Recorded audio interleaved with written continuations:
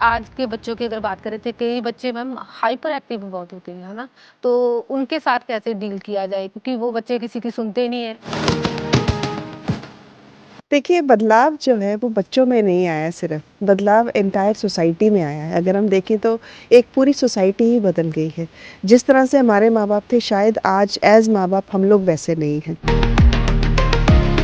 मुझे अभी भी याद है कि बचपन में मेरे पापा मुझे स्टार गेज़िंग कराते थे। मुझे ये पता था कॉन्स्टेलेशंस में कि सप्तऋषि कहाँ पे है, पोल स्टार कहाँ पे है और वो महीनों के हिसाब से कौन-सा तारा किस डायरेक्शन में गया है। सूरज गर्मियों में किस डायरेक्शन से जाएगा और सर्दियों में किस डायरेक्शन से जाएगा।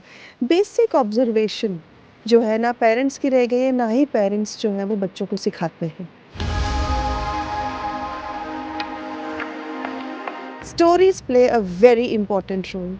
जैसे हमारे जिस भी तरह की कहानियाँ हों, चाहे रामायण महाभारत की हों, चाहे हमारे गुरु साहब साहबों की कहानियाँ हों या बेसिक पंचतंत्र और जतका टेल्स हों, हुँ। है ना? इस तरह उन कहानियों को डिस्कस करना, वो कहानियाँ सुनाना बच्चों को बहुत ज़्यादा ज़रूरी है।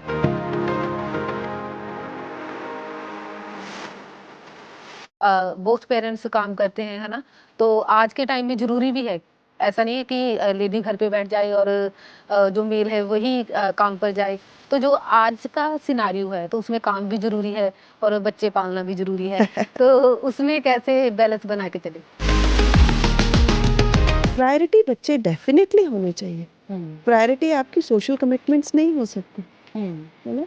हर जब तक बच्चे बड़े हो रहे हैं, जब तक वो अपने पैरों पे खड़े नहीं हो सकते, तब तक बच्चे पेरेंट्स की रिस्पॉन्सिबिलिटी है। एज़ अ टी एक टीचर होने का सबसे इम्पोर्टेंट फैक्टर जो है, वो है कि वो टीचर ऑब्ज़र्व कर सकती है कि नहीं कर सकती है। Hmm, as I am a teacher trainer also, so जब मैं टीचर ट्रेनिंग करती हूँ अपनी टीचर्स की, तो सबसे पहले उनको ये बताती हूँ कि क्लास में आपके अगर 25 बच्चे हैं, 30 बच्चे हैं, सो उनको हर बच्चे का फैमिली बैकग्राउंड, उसका बिहेवियर साइकिल, उसका खाना-पीना, लाइक्स, डिसलाइक्स सब पता होने चाहिए। यहाँ पे जो हम skills along with other skills like speaking, confidence building या adaptability, along with other 21st century skills, हम जो इनको दे रहे हैं that is AI, hmm, then robotics, hmm. Multimedia, pharmaceuticals, hotel management, travel tourism.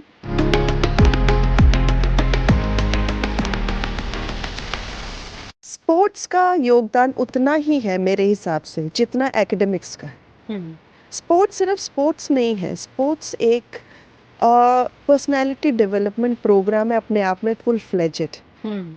सो यहाँ पे हम लोग स्पोर्ट्स को बहुत ज़्यादा इम्पोर्टेंस देते हैं, हमारा इंफ्रास्ट्रक्चर उस हिसाब से बना है। वी हैव बहुत अच्छा एक 10 मीटर ऑटोमेटेड शूटिंग रेंज है, स्विमिंग पूल है, हुँ। डिफरेंट कोर्ट्स हैं, एक बड़ा सा प्लेग्राउंड है पीछे।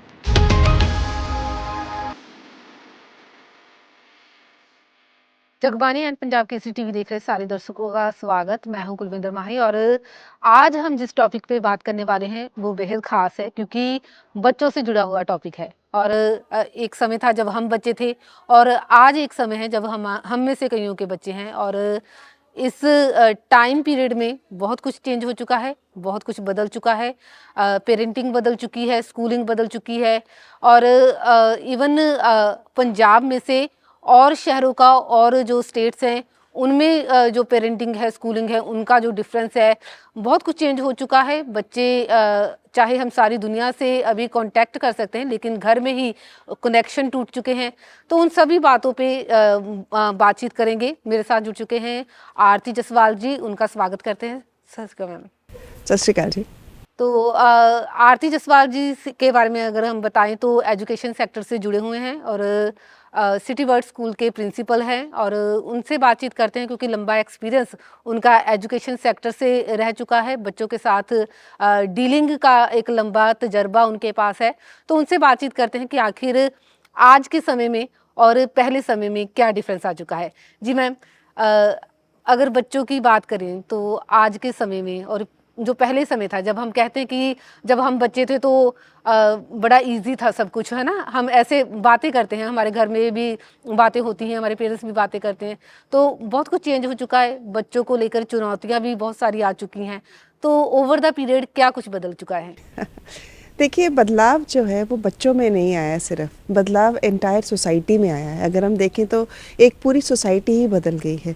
जिस तरह से हमारे माँ बाप थे, शायद आज एज माँ बाप हम लोग वैसे नहीं हैं। हम ऐसा नहीं बोल सकते कि बच्चों में चेंज आया है। पूरा ओवरऑल चेंज आने की वजह से डेफिनेटली बच्चों में चेंज आना लाजमी ही था, राइट। हमें अजीब इसलिए लगता कि शायद हमारी अपब्रिंगिंग या हमारी परवरिश एक अलग तरीके से हुई थी, एक अलग माहौल में हुई थी। अगर हम एक छोटी सी बेसिक सी चीज़ देखें, पोल्यूशन में ही कितना फ़र्क है। जो हवा थी, जो आज से 20 साल पहले थी, जो आज है, उसमें ही फ़र्क है। जो खाना हम खाते थे, चाहे वो सेम खाना हम आज खा रहे हैं, वही दूध पिएंगे, वही फ्रूट्स खाएंगे, उनकी न्यूट्रिशन वैल्यू में कितना फ़र्क है, राइट। सो वही चीज़ जो है हम ये सोचते हैं कि वो डिफरेंस बच्चों में आ गया, बच्चों में नहीं आया है।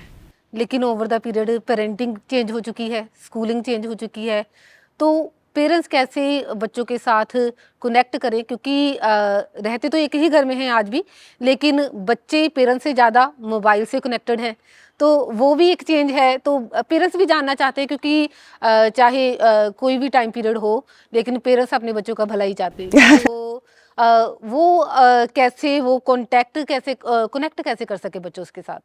डेफिनेटली। सी, मैं हर बार ये चीज़ कहती हूँ कि जो कम्युनिकेशन है वो एक टू वे प्रोसेस। कम्युनिकेशन इधर से भी होना चाहिए, उधर से भी होना चाहिए, राइट। पेरेंट्स ने भी सुनना चाहिए, बच्चों ने भी सुनना चाहिए, दोनों ही चीज़ें हैं।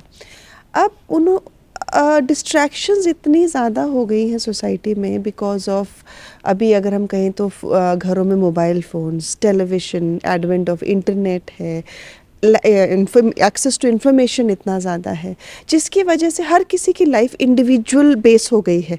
जो पहले कम्युनिटी बेस थी, फैमिली बेस थी, अभी लाइफ ज़्यादा से ज़्यादा इंडिविजुअल के आसपास वो सीमित होना शुरू हो गई। बच्चों की नहीं, हमारी भी, हम लोग भी बहुत ज़्यादा अभी अपने में ही सीमित रह गए हैं। सो सबसे बड़ा चीज़ जो पेरेंट्स को अभी अपने परिवारों में करनी चाहिए वो है स्क्रीन टाइम को ज़ीरो कर दें। लेकिन कैसे? उसके लिए सबसे पहले ये चीज़ें अपने ऊपर लागू करें हम, कि देखिए as parents, as adults, in fact अगर हम अपनी भी बात करें तो उठते ही सबसे पहले हम क्या करते हैं, फ़ोन उठाते हैं। और रील्स अगर एक बार देखना शुरू करें तो वो कब आधा घंटा पौना घंटा निकल जाता है पता ही नहीं लगता, है ना। एंड बैकग्राउंड में कुछ ना कुछ चला रहता है। तो घर में हमेशा एक ऐसा टाइम होना चाहिए, जैसे खाना खा रहे हैं या कोई और काम कर रहे हैं, बातचीत कर रहे हैं, तो उस टाइम पे स्क्रीन टाइम अगर सिर्फ बच्चों का ही ज़ीरो नहीं करें, अपना भी स्क्रीन टाइम जो है वो हम ज़ीरो करें। तो आज के समय की मैम बात करें तो बच्चे घर में ही कट से होके रह गए हैं, पेरेंट्स के साथ बात नहीं करते, घर में रहते हैं लेकिन मोबाइल से ज़्यादा कनेक्टेड रहते हैं। वो कैसे कंट्रोल किया जाए? जैसे मैं भी कह रही थी कि उसमें पेरेंट्स को इन्वॉल्व होना बहुत ज़्यादा ज़रूरी है। देखिए, पुराने ज़माने में क्या होता था कि जब सब एक साथ बैठ के, पूरे परिवार के लोग एक साथ बैठते थे, है ना। मुझे अभी भी याद है कि बचपन में मेरे पापा मुझे स्टार गेजिंग कराते थे। मुझे ये पता था कॉन्स्टलेशंस में कि सप्तऋषि कहाँ पे है, पोल स्टार कहाँ पे है, और वो महीनों के हिसाब से कौन सा तारा किस डायरेक्शन में गया है, सूरज गर्मियों में किस डायरेक्शन से जाएगा और सर्दियों में किस डायरेक्शन से जाएगा। बेसिक ऑब्जर्वेशन जो है ना पेरेंट्स की रह गई है, ना ही पेरेंट्स जो है वो बच्चों को सिखाते हैं। सो पेरेंट्स का बच्चों के साथ बात करना, उनके साथ बेसिक ऑब्जर्वेशन की बातें करना, नेचर के बारे में बातें करना, कहानियाँ सुनाना। Stories play a very important role. जैसे हमारे जिस भी तरह की कहानियाँ हों, चाहे रामायण महाभारत की हों, चाहे हमारे गुरु साहबों की कहानियाँ हों, या बेसिक पंचतंत्र और जतका टेल्स हों, है ना, इस तरह उन कहानियों को डिस्कस करना, वो कहानियाँ सुनाना बच्चों को बहुत ज़्यादा ज़रूरी है।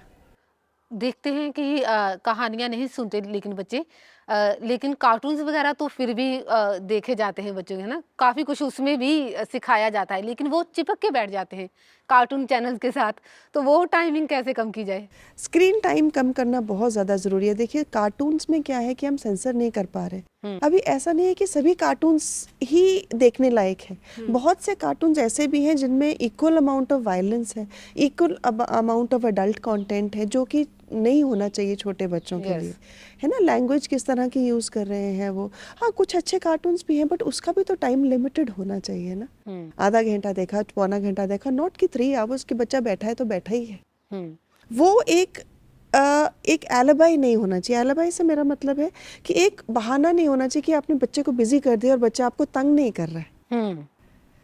जो टेक्नोलॉजी है वो as a source of entertainment है, सोर्स ऑफ इंफॉर्मेशन है। वो आपका असिस्टेंट नहीं है कि वो अपने बच्चे को लगा के दे दिया तो बच्चा साइड पे उसमें बिजी हो गया एंड आपका ध्यान, आप कुछ और काम कर लें। सो एज एन असिस्टेंट उसको यूज नहीं करें हम। तो आज की बात करें, पेरेंट्स भी बिजी हैं। हाँ, इतना टाइम उनके पास भी नहीं है कि बच्चों को पूरा टाइम वो दे पाएं, क्योंकि बोथ पेरेंट्स काम करते हैं, है ना। तो आज के टाइम में ज़रूरी भी है, ऐसा नहीं है कि लेडी घर पे बैठ जाए और जो मेल है वही काम पर जाए। तो जो आज का सिनारियो है तो उसमें काम भी ज़रूरी है और बच्चे पालना भी ज़रूरी है। तो उसमें कैसे बैलेंस बना के चले? बैलेंस बनाना बहुत ज़्यादा ज़रूरी है। देखिए लाइफ में females are working, men are working. पहले क्या होता था, आदमी लोग काम करते थे and all the women they were at home एंड घर संभालते थे। अभी घर का रिस्पॉन्सिबिलिटी बांटना पेरेंट्स को बहुत ज़्यादा ज़रूरी है। हम लोग आजकल एक ऐसी सोसाइटी में रह रहे हैं जहाँ पे equality is very important, gender equality is important, और वही चीज़ आगे हमने सिखाना है।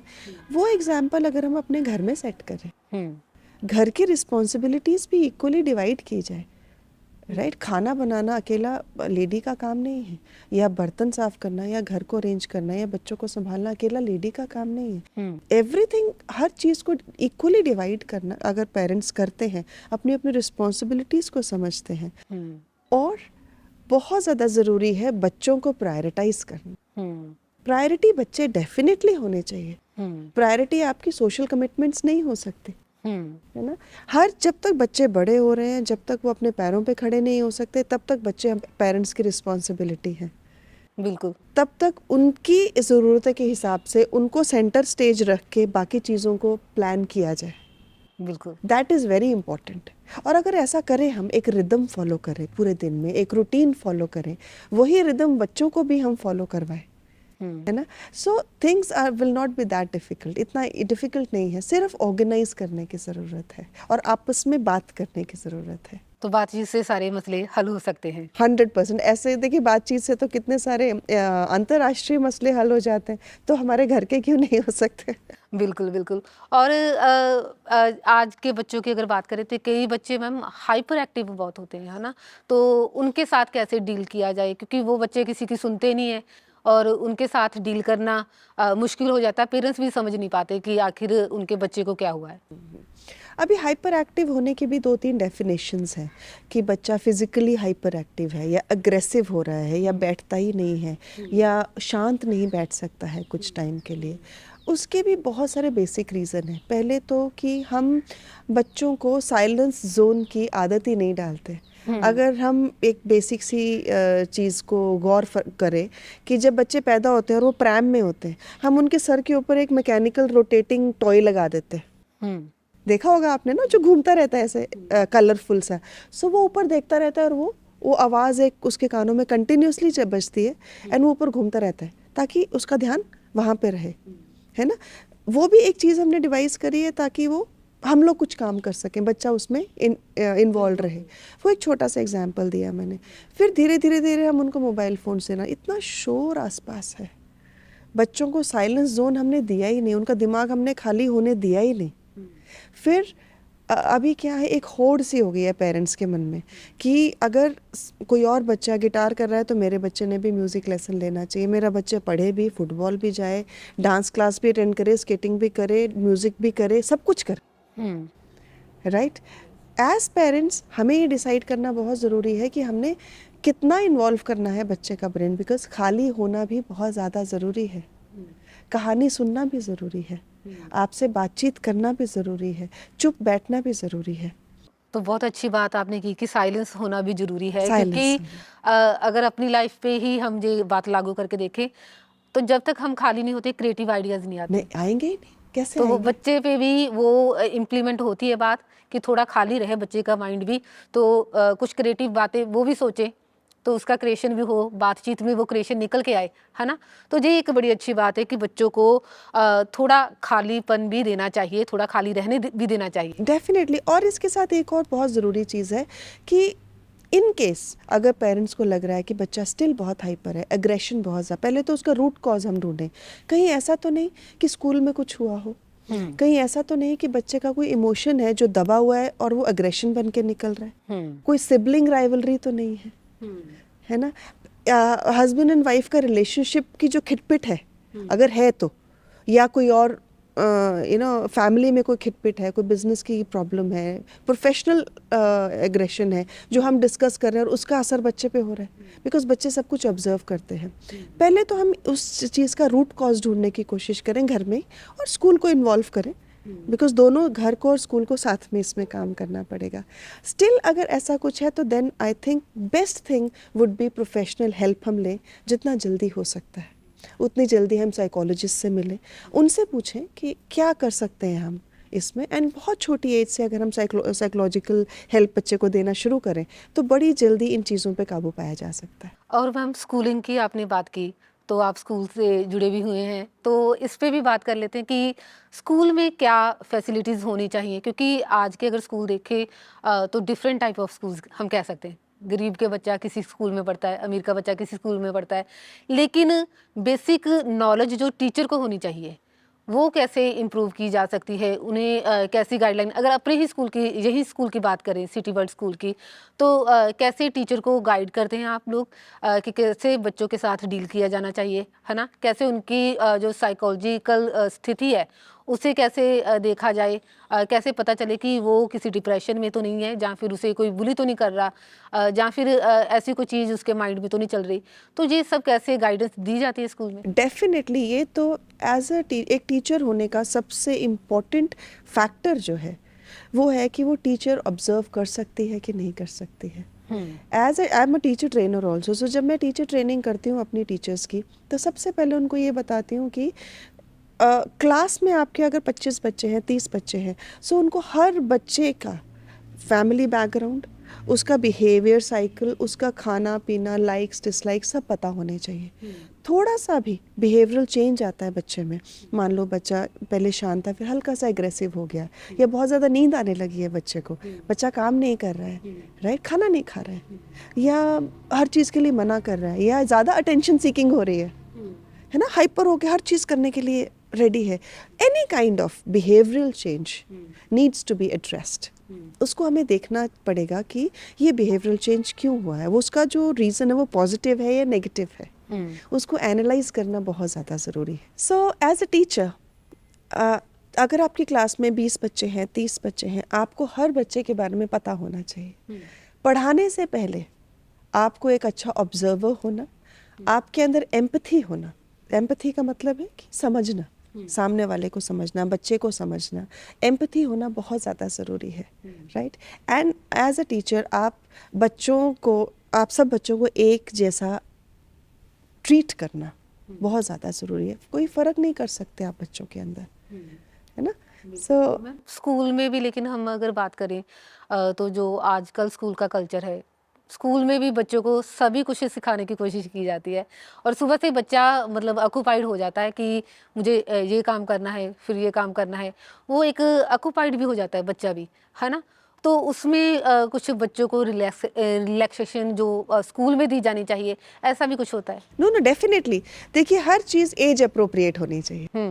अभी जैसे किंडरगार्टन है, किंडरगार्टन को एक रिलैक्सिंग टाइम होना बहुत ज़्यादा ज़रूरी है। आपने एकेडमिक्स किया, फिर जैसे हमारे यहाँ स्विमिंग, समर में स्विमिंग क्लासेस होती हैं, सो राइट, सो आपकी स्विम कोई एक्टिविटी क्लास होगी, म्यूज़िक हो गया, रिलैक्सिंग म्यूज़िक हो गया, म्यूज़िक भी आपने किस लेवल का करना है, आपने बहुत एक स्केल होता है पेंटाटोनिक स्केल जिसको हम कहते हैं, मिडिल स्केल में बहुत ऊपर नहीं जाएंगे, बहुत नीचे नहीं जाएंगे, कलर कॉम्बिनेशंस किस तरह के रखने हैं आपने, बहुत ज़्यादा स्टार्क नहीं, बहुत ज़्यादा फेडेड नहीं, एक मिडिल लेवल पे। किंडरगार्टन में हमें एक बैलेंस बना के रखना पड़ता है बच्चों के साथ, बच्चों के टैलेंट पहचानने हैं हमने, वहाँ पे हम सिर्फ इंट्रोड्यूस करते हैं सबको, जैसे आपने लैंग्वेजेस इंट्रोड्यूस की, हमने फ्रेंच इंट्रोड्यूस की फॉर एग्जांपल, है ना।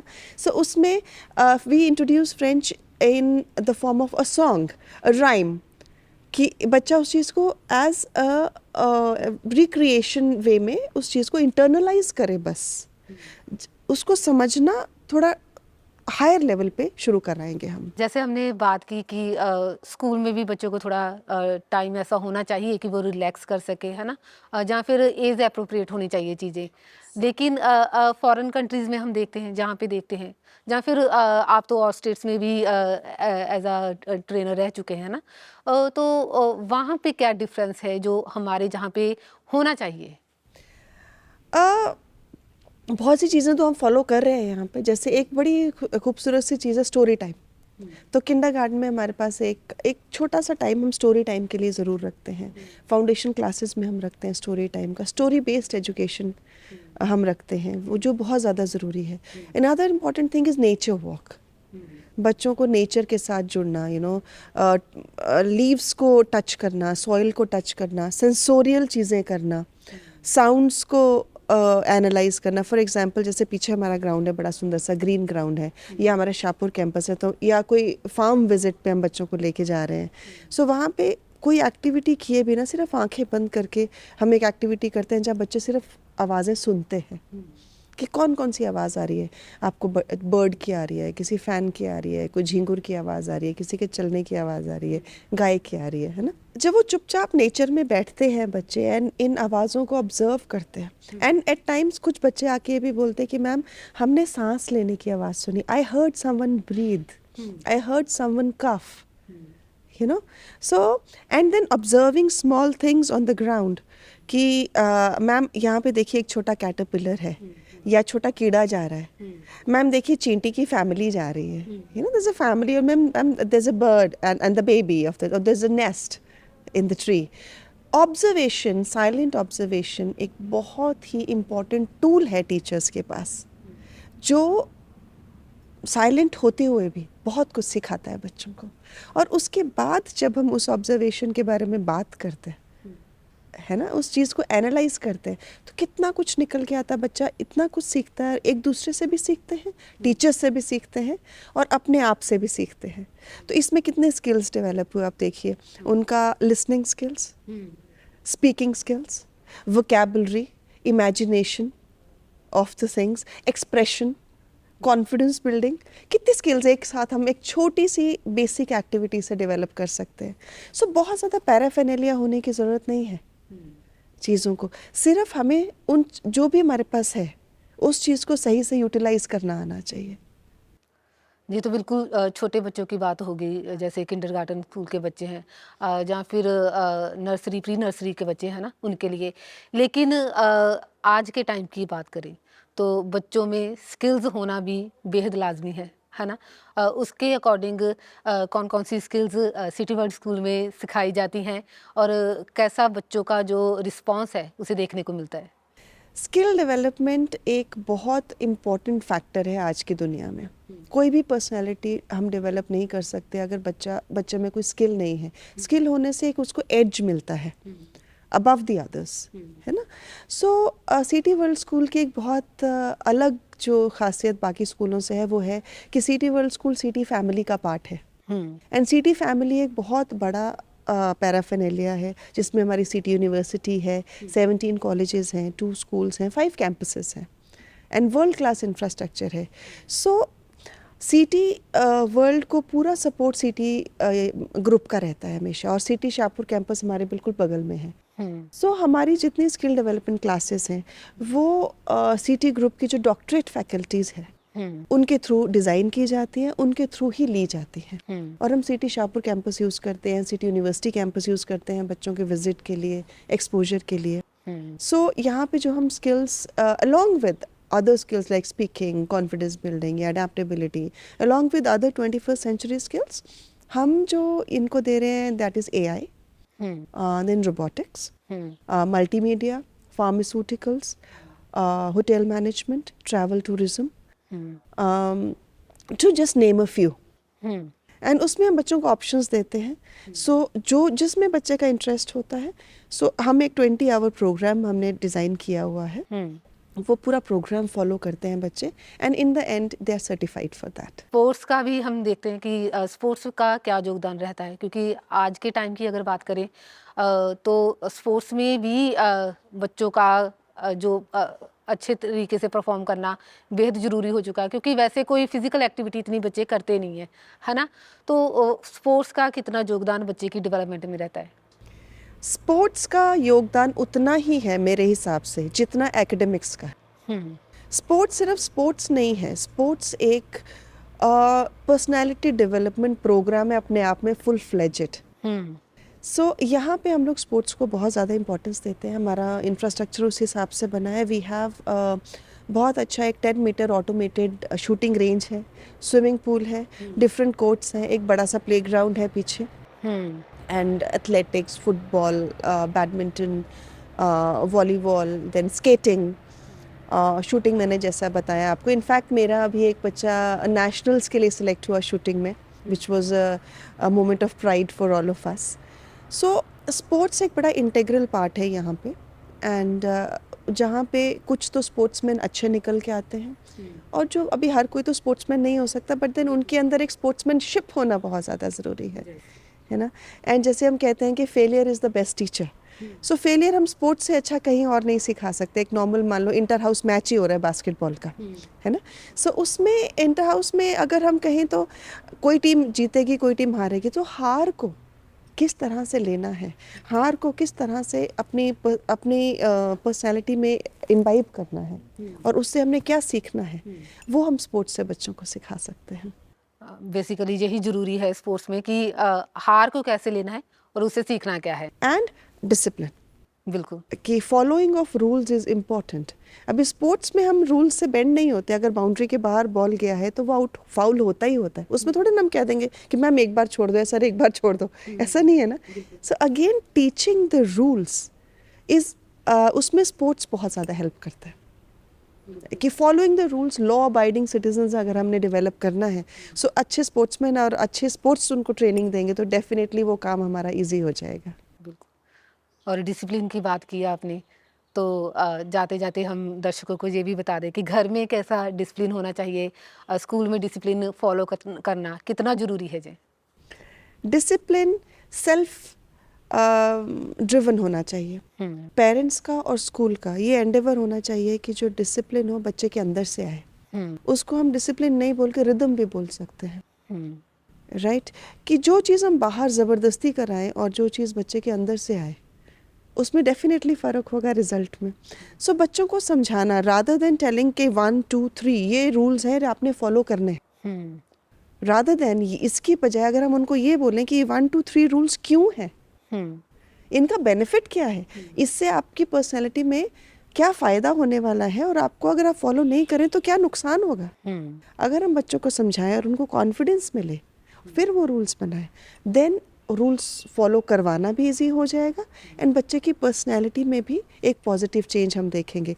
इनफैक्ट एक बहुत अच्छी चीज़ यहाँ पे हमारी टीचर्स करती हैं कि जब वो क्लास रूल्स बनाते हैं तो वो क्लास रूल्स हमेशा बच्चों को कंसल्ट करके बनाए जाते हैं, और वो क्लास रूल्स बोर्ड में लिखे जाते हैं पीछे। सो जब हम कोई भी चीज़ बच्चों को कॉन्फिडेंस में लेके करेंगे, उनको समझा के करेंगे, राइट, और उनको as part of the process बनाएं, हम उनको ये चीज़ उनके ऊपर थोपे नहीं, ओके नहीं you have to do this, no, let's discuss it and these are the benefits, these are the pros, these are the cons, है ना, और उसके बाद फिर हम उनको उन रूल्स के लिए रिस्पॉन्सिबल बनाएं। तो वो जो डिसिप्लिन हम उनके अंदर इनकलकेट करेंगे, एक तो वो लाइफ लॉन्ग होगा और सेल्फ ड्रिवन होगा, विच इज़ वेरी इंपॉर्टेंट। बिल्कुल। तो ये थे हमारे साथ आरती जसवाल मैम, जो कि सिटी वर्ल्ड स्कूल के प्रिंसिपल हैं। एजुकेशन सेक्टर में जो इनका योगदान रहा है, अपने तजर्बे से उन्होंने बताया कैसे बच्चों को डिसिप्लिन में लाना है, कैसे बच्चों को सेल्फ मोटिवेट करना है कि वो अपने काम खुद कर सकें और खुद को लाइफ लॉन्ग कैसे उन्होंने लेके चलना है। तो ये सारी बातें उन्होंने बताई है, पेरेंटिंग से लेके स्कूलिंग तक, और सिटी वर्ल्ड स्कूल में क्या कुछ बच्चों को सिखाया जाता है, कैसे उनकी ज़िंदगियां बदलने में योगदान सिटी वर्ल्ड स्कूल का है। तो सारी बातें उनसे हमने की, और उम्मीद करते हैं कि आपको ये बातें पसंद आई होंगी। और जगबानी और पंजाब केसरी टीवी देखने के लिए आप सबका धन्यवाद।